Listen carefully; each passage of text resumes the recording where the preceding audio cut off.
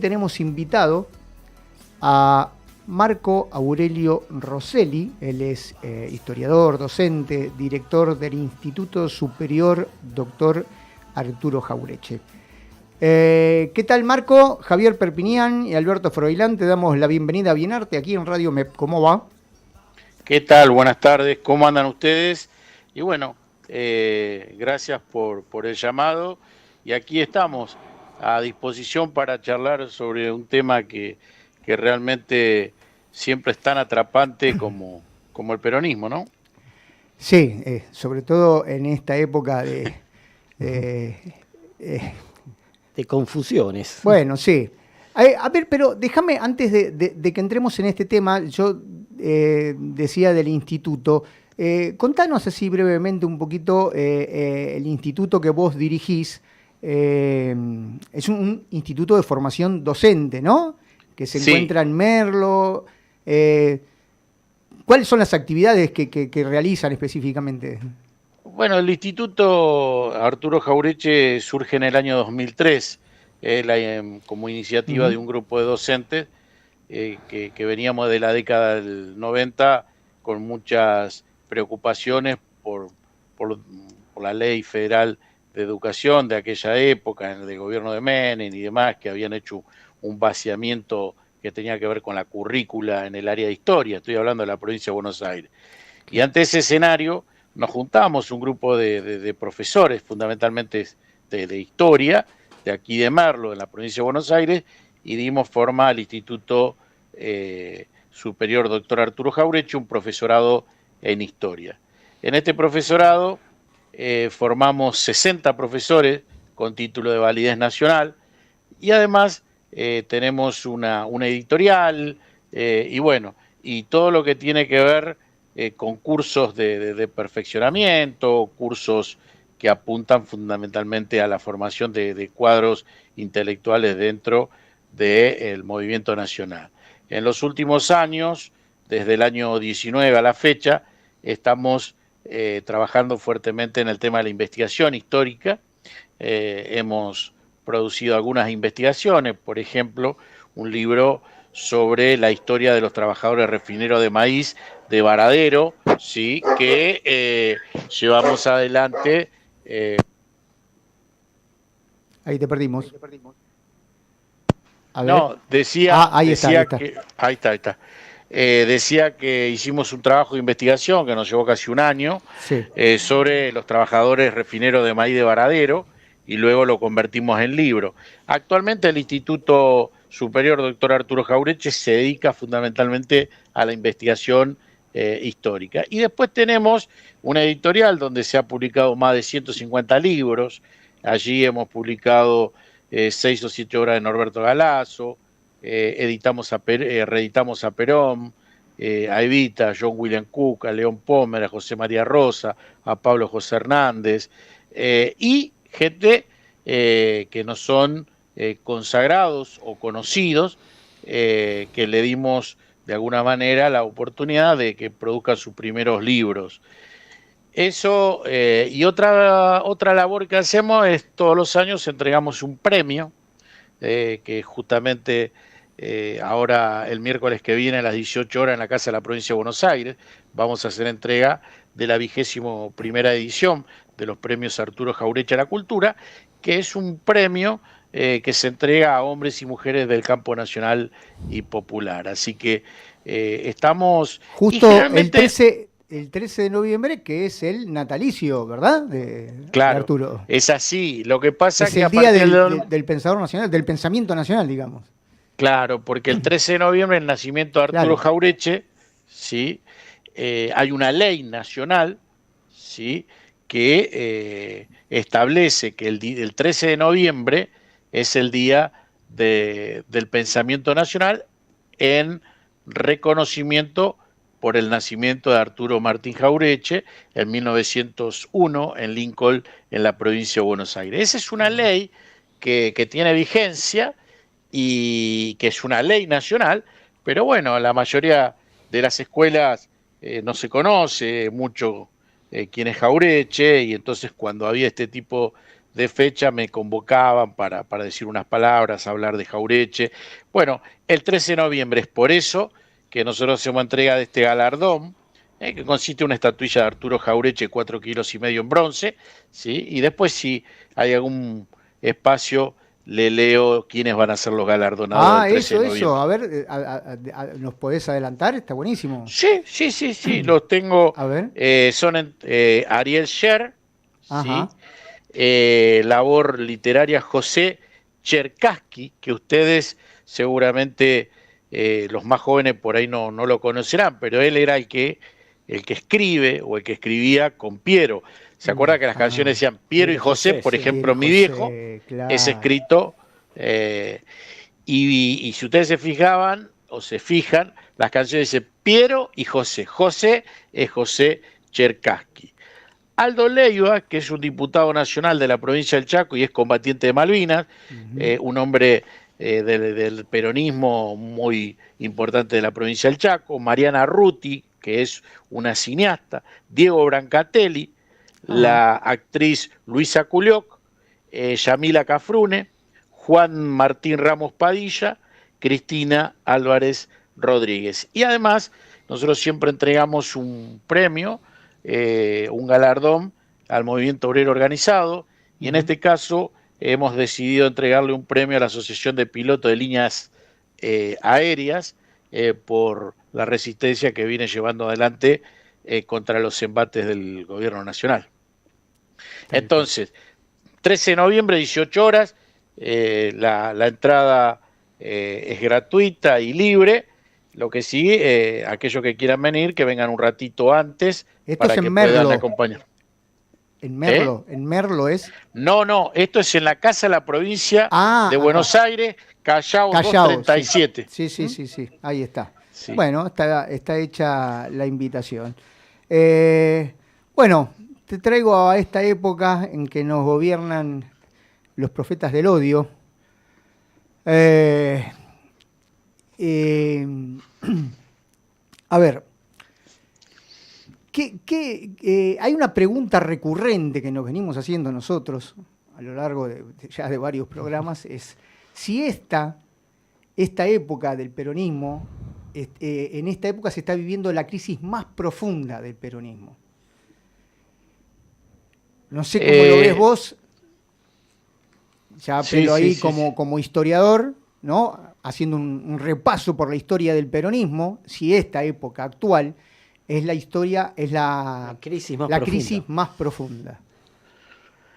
Sí, lo que primero me parece que sería interesante tratar, y me parece que intentamos, ¿no? Yo en general soy de escuchar mucho, de hablar mucho con los compañeros y demás. Primero, hay una división entre lo que es el PJ o el pejotismo y una división entre lo que es peronismo. Tal cual. Son dos cosas totalmente diferentes. Yo, si bien estoy afiliado al Partido Justicialista de los 16 años, prácticamente nunca he tenido ningún cargo dentro de la estructura partidaria, ni tampoco en todo lo que tiene que ver con la estructura gubernamental, ya sea provincial, nacional o municipal. El movimiento nacional, de lo cual el peronismo creo que es el espacio más importante que hay, yo creo que a lo largo de estos más de casi 80 años que pronto se van a cumplir, ha tenido momentos de muchas dificultades. Yo creo que uno de los momentos más duros es el que se produce con la caída de Perón, ¿sí? Ese es un momento, me parece, muy delicado, muy complejo, ¿sí? Ustedes recordarán el decreto ley 4161 que prohibía hablar de Perón, prohibía cantar la marcha peronista, no se podía mencionar. Todos aquellos que contradecían esta ley le correspondía ir a la cárcel. Esa es una etapa muy dura de la historia del movimiento nacional y fundamentalmente del peronismo. Ahora, si yo la tengo que comparar con el tiempo actual, en ese momento contábamos con la figura de Perón. Claro. Si bien Perón estaba exiliado, primero en Paraguay, después en Venezuela, Centroamérica, y a partir de 1960 se establece en Madrid, en su residencia, ¿no? Que en el barrio madrileño de Puerta de Hierro, la Quinta 17 de Octubre, ¿sí? Estaba Perón, y Perón como que de alguna manera mantenía, digamos, un contacto muy aceitado con la resistencia peronista, con la mayoría de los compañeros, ¿sí? Y después hay otra etapa que me parece que también es muy compleja, la etapa que prosigue con la muerte del general Perón, el 1 de julio de 1974, el gobierno de Isabel, un gobierno que no se ha estudiado lo suficientemente como se tendría que haber estudiado. ¿Por qué? Porque hay muchas pasiones que todavía existen, pero ameritaría hacer un estudio bastante científico de la gestión de Estela Martínez de Perón. Pero también ese enfrentamiento que se da en el seno, vamos a decir, del peronismo entre sectores ortodoxos y los sectores juveniles, va a terminar con ese golpe de Estado. Entonces, ahí tenemos otro momento crítico de nuestra historia como movimiento político.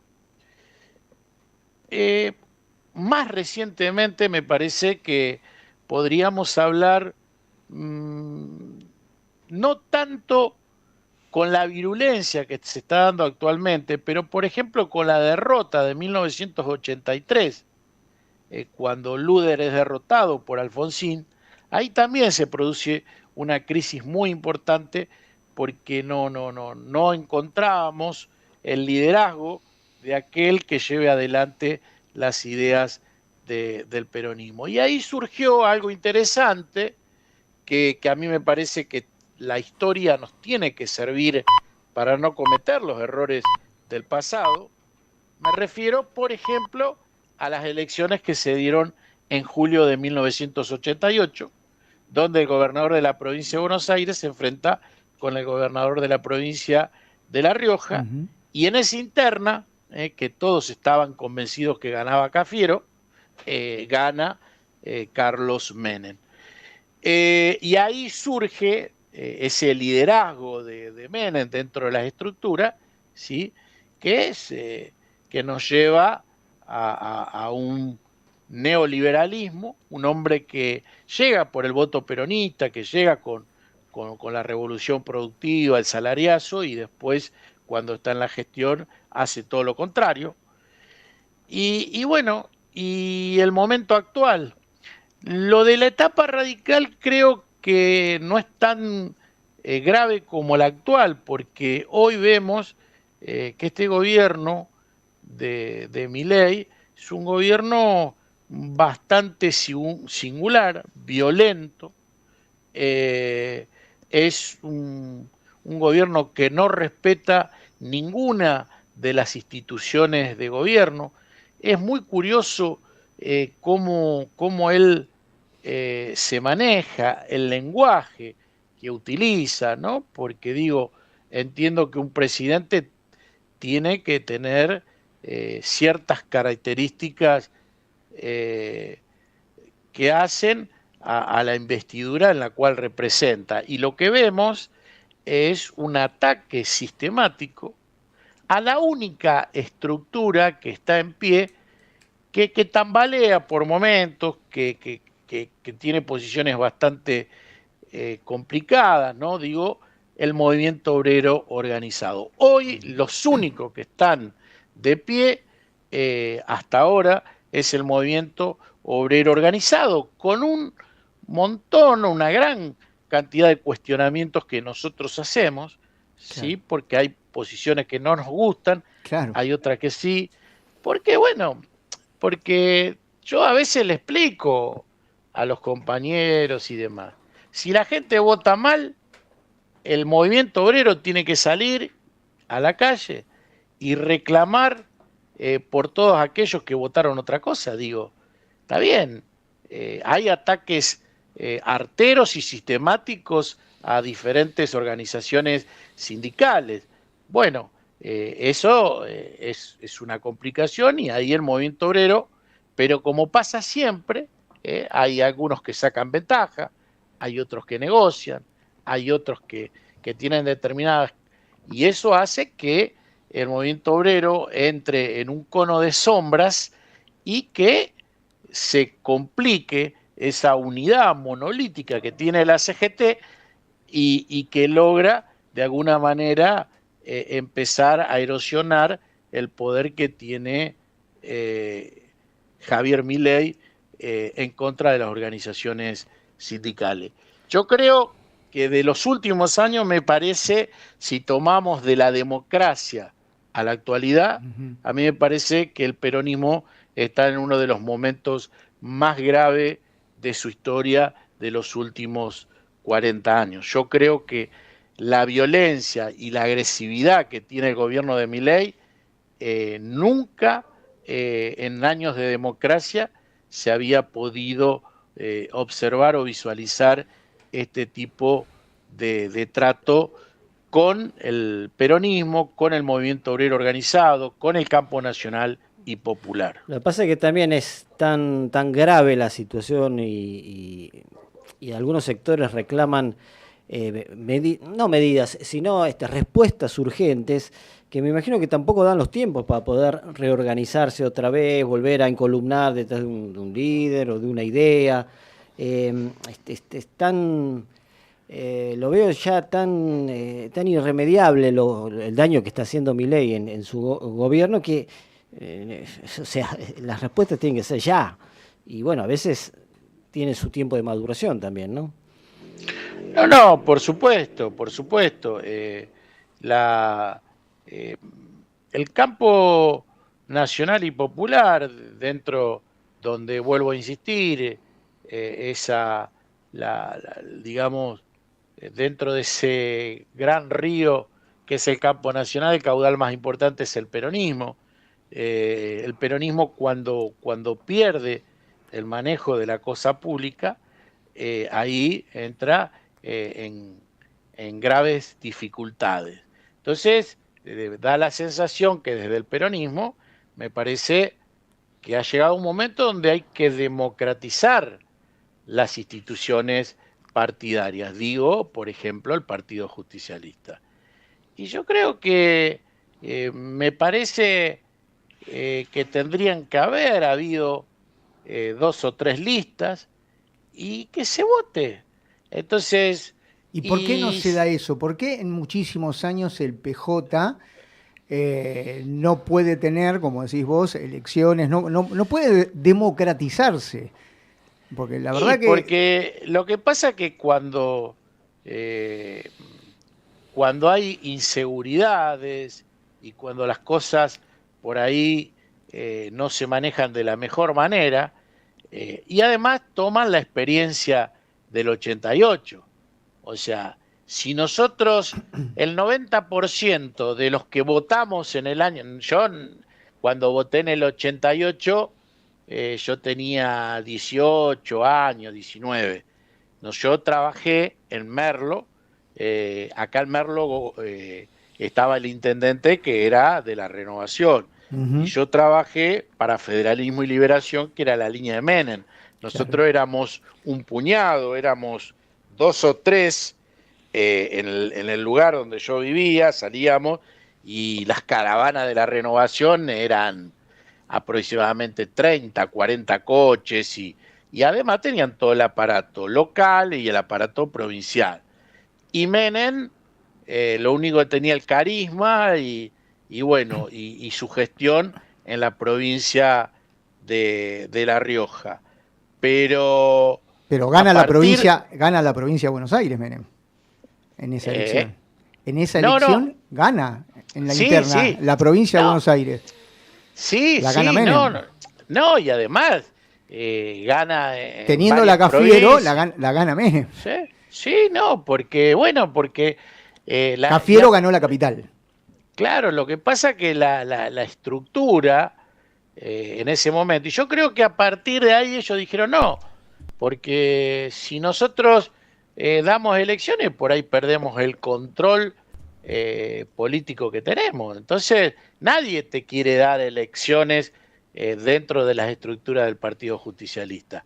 Ustedes fíjense, cada vez que hay elecciones y demás, mandan 6, 7 al Consejo del Partido Justicialista y te baja la lista. Y siempre queda el intendente.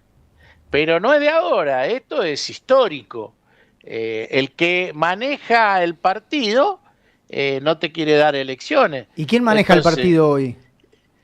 Y hoy no sé quién lo que yo tengo en claro es que bueno, a nivel nacional se estaban posicionando una lista que empezó a trabajar y que salió a juntar avales, que era la del gobernador de La Rioja, Quintela. Claro. Un gobernador que está resistiendo allí en su provincia contra los embates del gobierno nacional. Claro, ¿y no se le iba a hacer complicado ser el presidente del PJ, además de tener que gobernar? ¿No se le iba a complicar un poquito? Y es probable que sea complicado. Sí, por supuesto. Yo creo que muchas veces se complica, pero en general en el peronismo siempre, por ejemplo, el presidente del Partido Justicialista en la última etapa fue Alberto Fernández. Bueno, es una vergüenza. Es una vergüenza. ¿Cómo se eligió Alberto Fernández? Fue vergonzoso. Sí, a ver, lo que pasa es que, bueno, que, por ejemplo, nombran autoridades en el Partido Justicialista Nacional que no están afiliados, por ejemplo, ¿sí? Entonces, hacen cualquier cosa, meten cualquier cosa, realmente es muy triste lo que pasa, nunca se sabe los recursos que hay.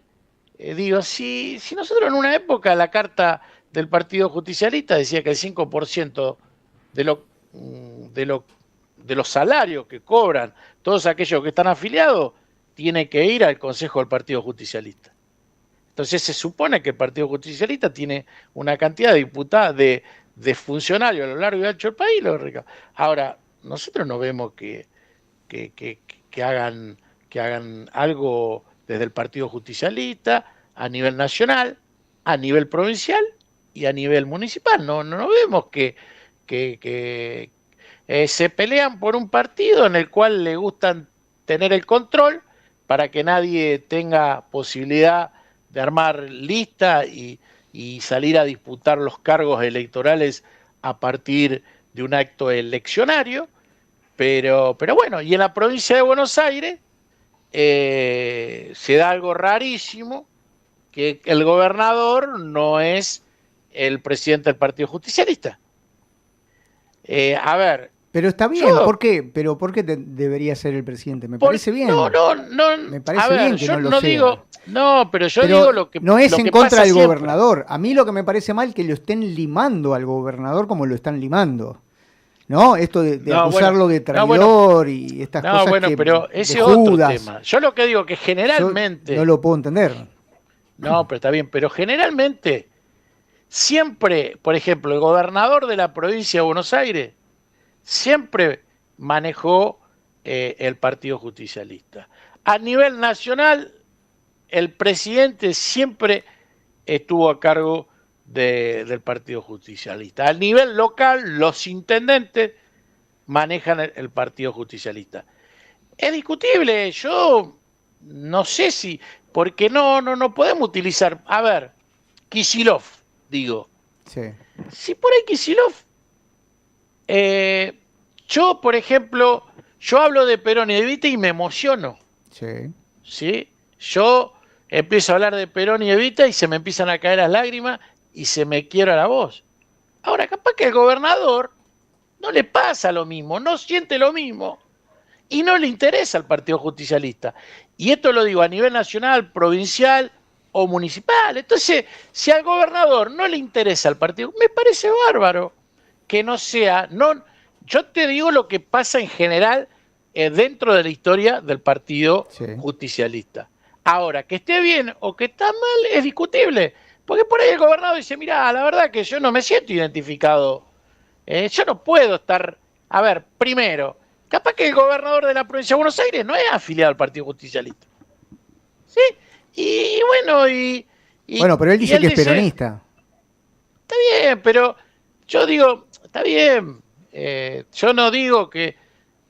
Alberto Fernández decía que era liberal progresista. Y bueno, pero a ver, Alberto lo ungieron presidente del Partido Justicialista y nadie saltó y le dijo, no, Alberto, escúchame, si vos fuiste alfonsinista, después estuviste con Cavallo, después estuviste con este, estuviste con el otro. Él se emocionaba con Bob Dylan, no con Perón.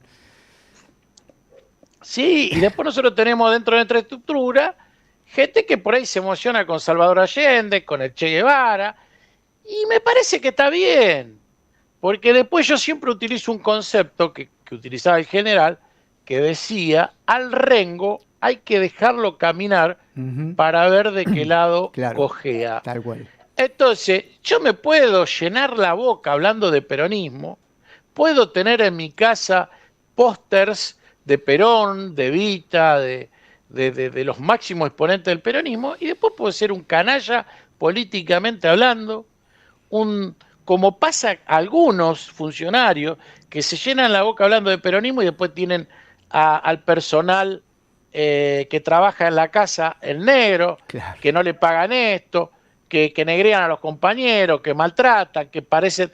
Hay dirigentes nuestros del peronismo que parecen jeques árabes, parecen actores de Hollywood, ¿sí? Bueno, entonces vos me podrás decir, no, para no hacer nombre, porque no me gusta entrar a polemizar. Yo te iba a pedir, justamente porque me quedé pensando, me quedé pensando.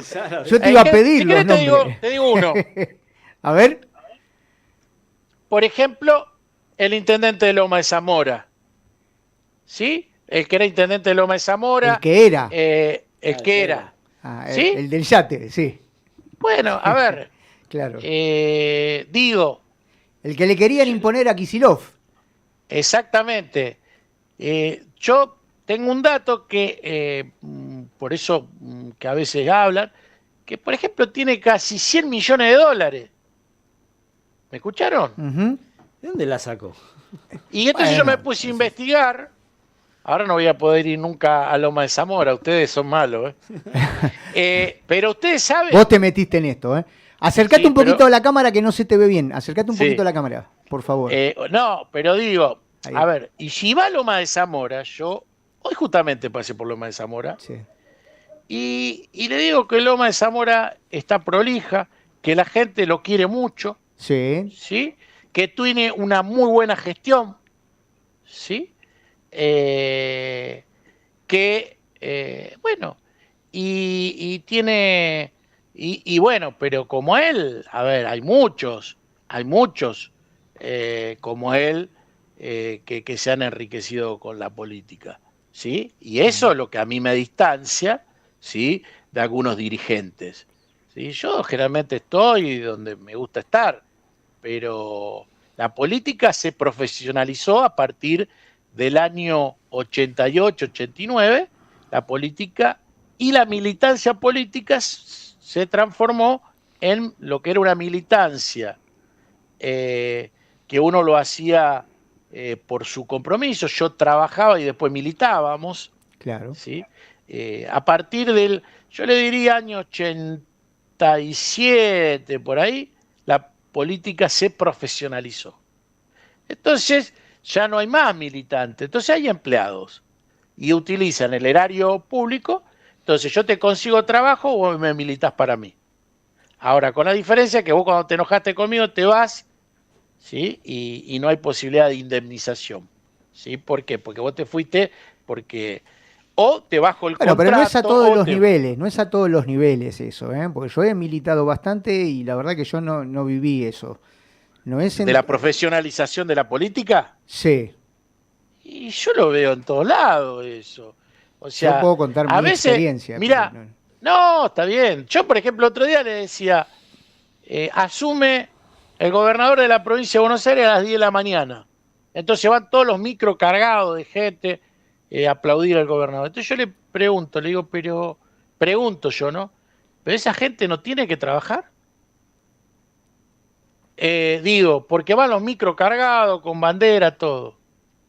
¿No? Entonces yo me pregunto, la gente común, mi vecino, el otro de allá, che, pero a las 10, 11 de la mañana, ¿esa gente no tiene que estar trabajando?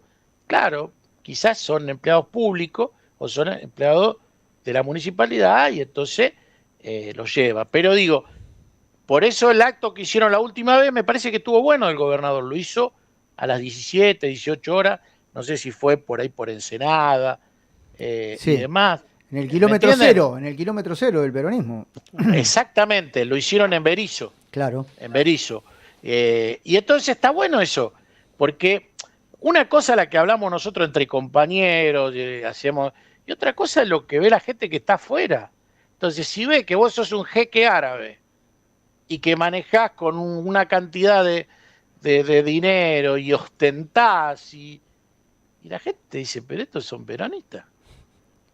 Bueno, vos bien dijiste, ¿no? El peronismo es una cosa, el pejotismo es otra. Fuera del PJ hay peronistas, hay otros partidos políticos, como ser el de Guillermo Moreno, el de Martín Ayerbe, el de Santiago Cunio, y puedo enumerar unos cuantos más. Sí. No sé cómo lo ves eso ahí. No, yo lo veo bien. No, pero yo lo veo bien. Yo a Guillermo Moreno tuve oportunidad de charlar en 2 o 3 oportunidades.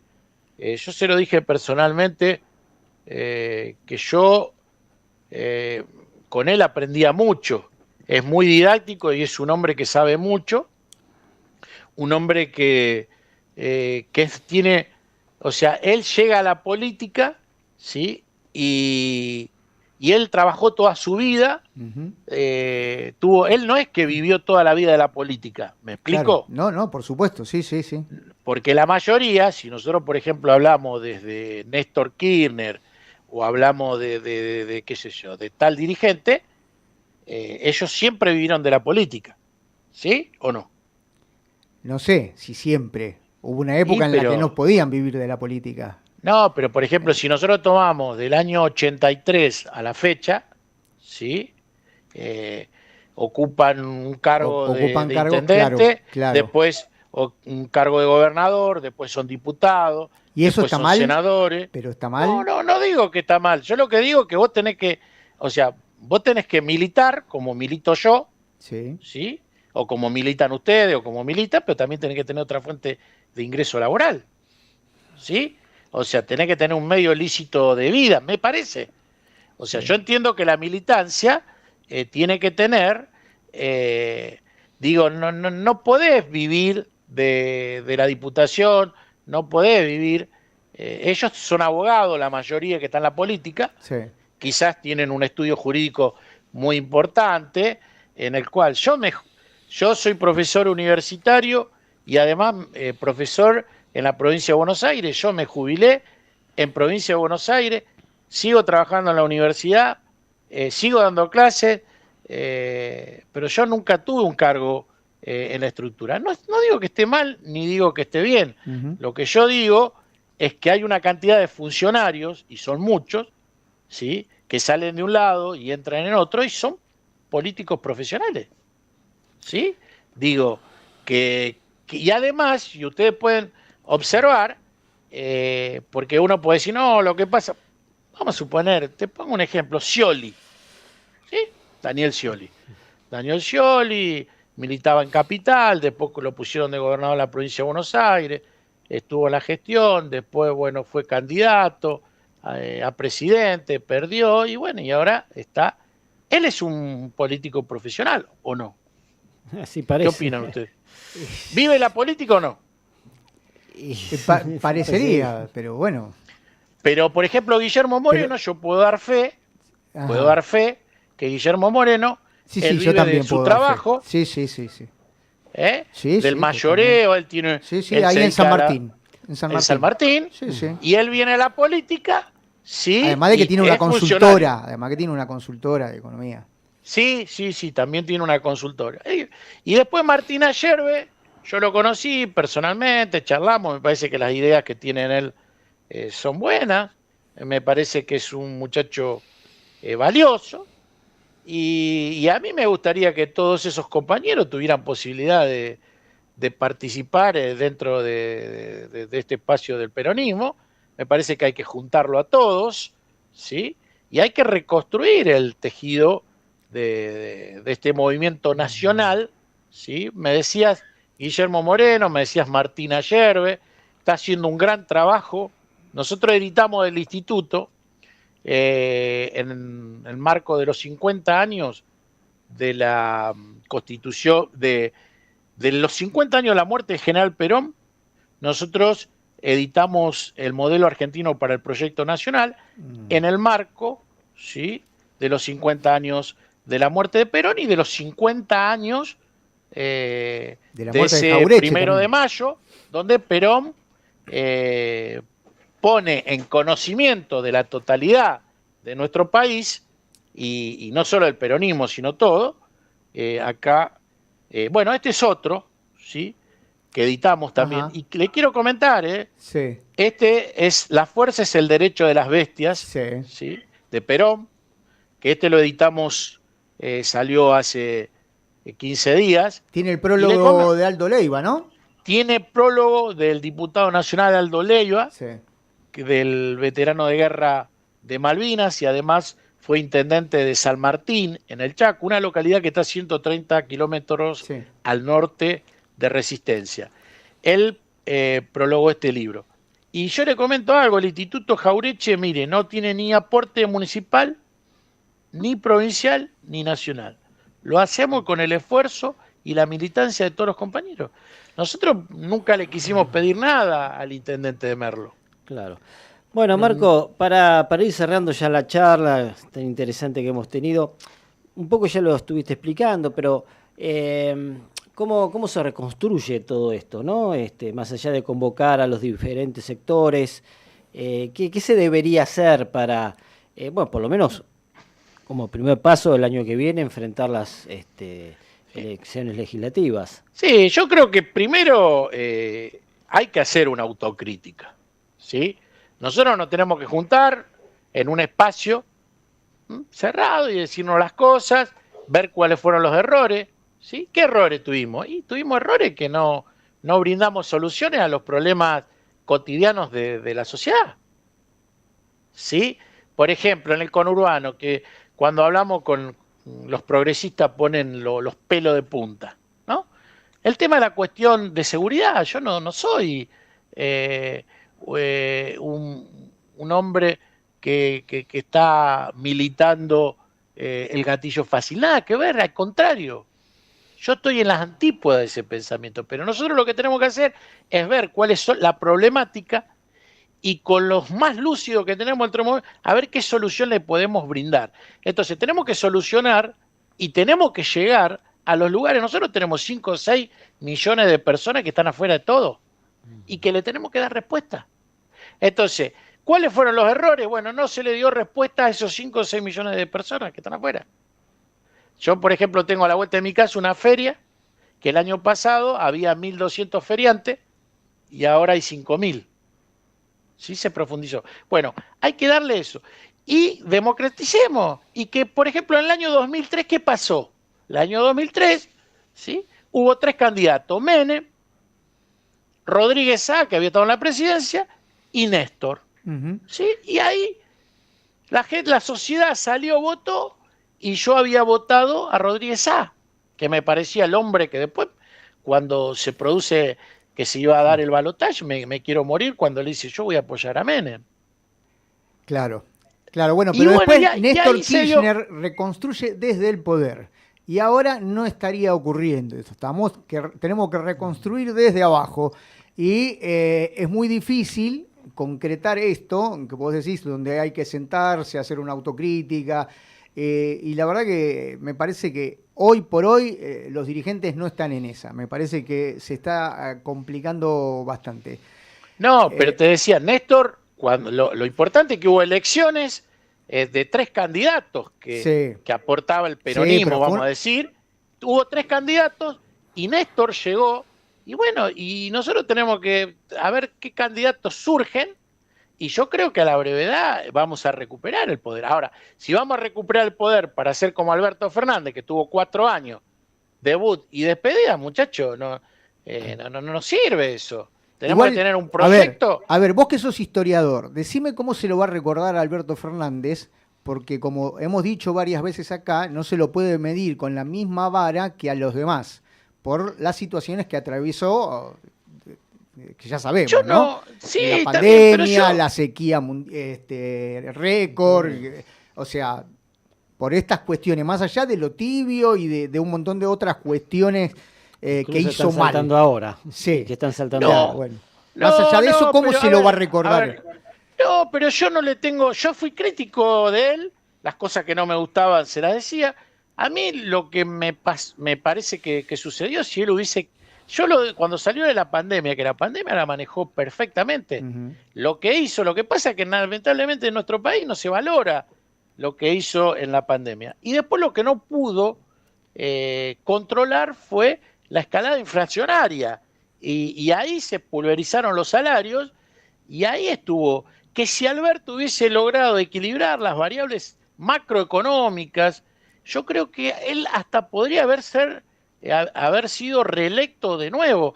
Yo creo que me parece, y después fue un hombre que asumió y no era como Milei que se ensaña con determinado, que le dice a los gobernadores, yo los voy a orinar encima. Sí, Alberto tal cual. era otra cosa, un hombre, Bueno, Marco, pero bueno, te agradecemos muchísimo, el tiempo se pasó volando, la verdad que fue muy interesante la charla, Así es.